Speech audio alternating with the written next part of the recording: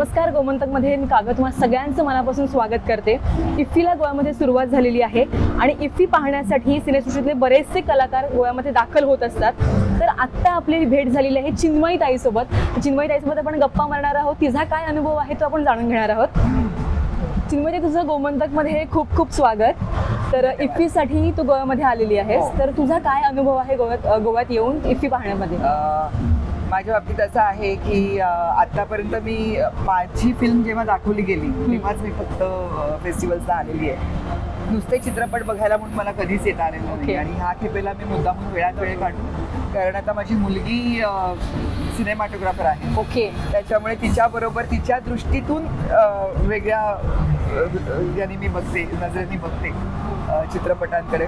त्याच्यामुळे यंगस्टर्स बरोबर चित्रपट बघणं आणि त्यात गोव्याची पार्श्वभूमी असणं, अर्थात अशी सगळीच ही मौज आहे. आणि चांगलं आयोजन करतात. माझा थोडासा पाचचा गोंधळ झाला त्याच्यामुळे मला आज नाही बघता आली कुठली फिल्म. ओके. पण उद्यापासून I am hoping to watch the films. चांगल्या चांगल्या सिनेमे आम्ही ठरवलेले आहेत आणि बघणार आहोत. इतकं वेगळं वातावरण असतं की मुंबईसारख्या ठिकाणी राहून आम्ही एकाच शहरात राहत असतो सगळेजण, जे फिल्मशी संबंधित असतो, सिनेमाशी संबंधित असतो.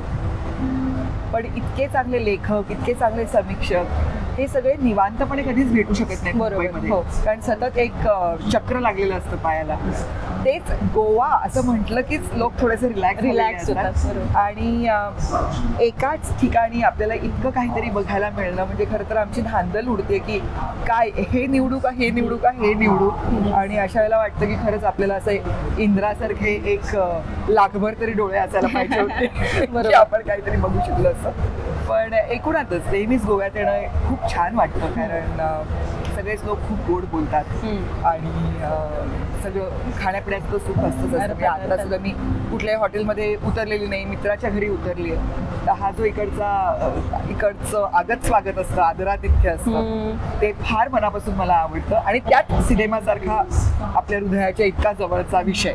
त्याच्यामुळे मला असं वाटतं सोने पे सुहागा म्हणतात तसं आहे, किंवा मणिकांचन योग. ओके. लगेच मला म्हणतील की का मराठीत का नाही बोललात. ओके. इफ्फीचं आणि गोव्याचं आणि कलाक्षेत्राचं आणि गोव्याचं एक विशेष नातं आहे. तर तुझ्या गोव्याची काही आठवणी आहेत का? गोव्याच्या माझ्या आठवणी म्हणजे मुरंबा पहिल्यांदा इथे दाखवली जेव्हा गेली त्यावेळेला मला असं वाटलं होतं की गोव्यात त्याचं स्वागत कसं होईल. पण ज्या पद्धतीचं स्टँडिंग ओवेशन आम्हाला मिळालं आमच्या फिल्मच्या शो नंतर, किंवा गोव्यातल्या एका छोट्याशा गावातल्या थिएटरमध्ये त्यावेळेला सिनेमा चालू होता आणि मी जाऊन त्या थिएटरमध्ये लोकांबरोबर जेव्हा चित्रपट बघितला तेव्हा मला असं वाटलं इतकं ममत्व आहे लोकांच्या मध्ये चित्रपटाबद्दलचं. आणि मला असं वाटतं की गोव्याला सुद्धा खूप उत्तम कलाकार आहेत, टेक्निशियन्स, तंत्रज्ञ अजून वाढायला पाहिजे. पण बाकीचं सगळं गोव्यातली म्हणजे इतकी समृद्धी बाकीची सगळी आहे. तर मला असं वाटतं नेहमी की रिजनल किंवा स्थानिक असं आपण जे म्हणतो ते मला असं वाटतं की मराठीच्या बरोबरीने गोव्यामध्ये आता निर्माण व्हायला सुरुवात व्हायला पाहिजे. बरोबर. आणि मला ताई सांग की तुझे तर कुठले पुढचे प्रोजेक्ट्स आम्हाला पाहायला मिळणार आहे, कारण तू रसिकांची एक आवडती अभिनेत्री आहेस.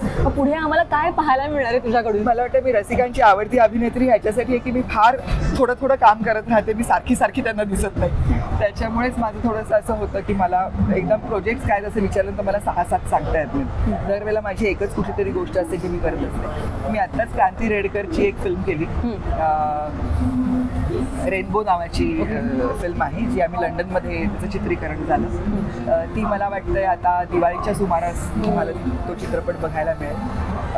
थोडासा वेगळ्या पद्धतीचा रोल आहे, त्याच्यामुळे मला त्याच्याबद्दलची खूप एक्साइटमेंट आहे. आणि काही स्क्रिप्ट वाचते पण त्याच्याबद्दल इतक्यात काही सांगता येणार नाही. पण सध्या टेलिव्हिजनला थोडासा आराम दिलाय मी. ओके. मी मराठी शाळांसाठी काम करते, ते काम सध्या चालू आहे. पण लवकरच काहीतरी करेन तेव्हा मला माहिती आहे की मी गोव्याचे जे माझे प्रेक्षक आहेत त्यांना मी गृहीत धरते, कारण त्यांचं प्रेम मला नेहमी मिळेल ह्याच्याबद्दल मला खात्री. हो, अर्थात गोवेकरांचं प्रेम तुझ्या पाठीशी आहेच आणि तू जो कोणता रोल करशील तो आम्हाला नक्की आवडेल.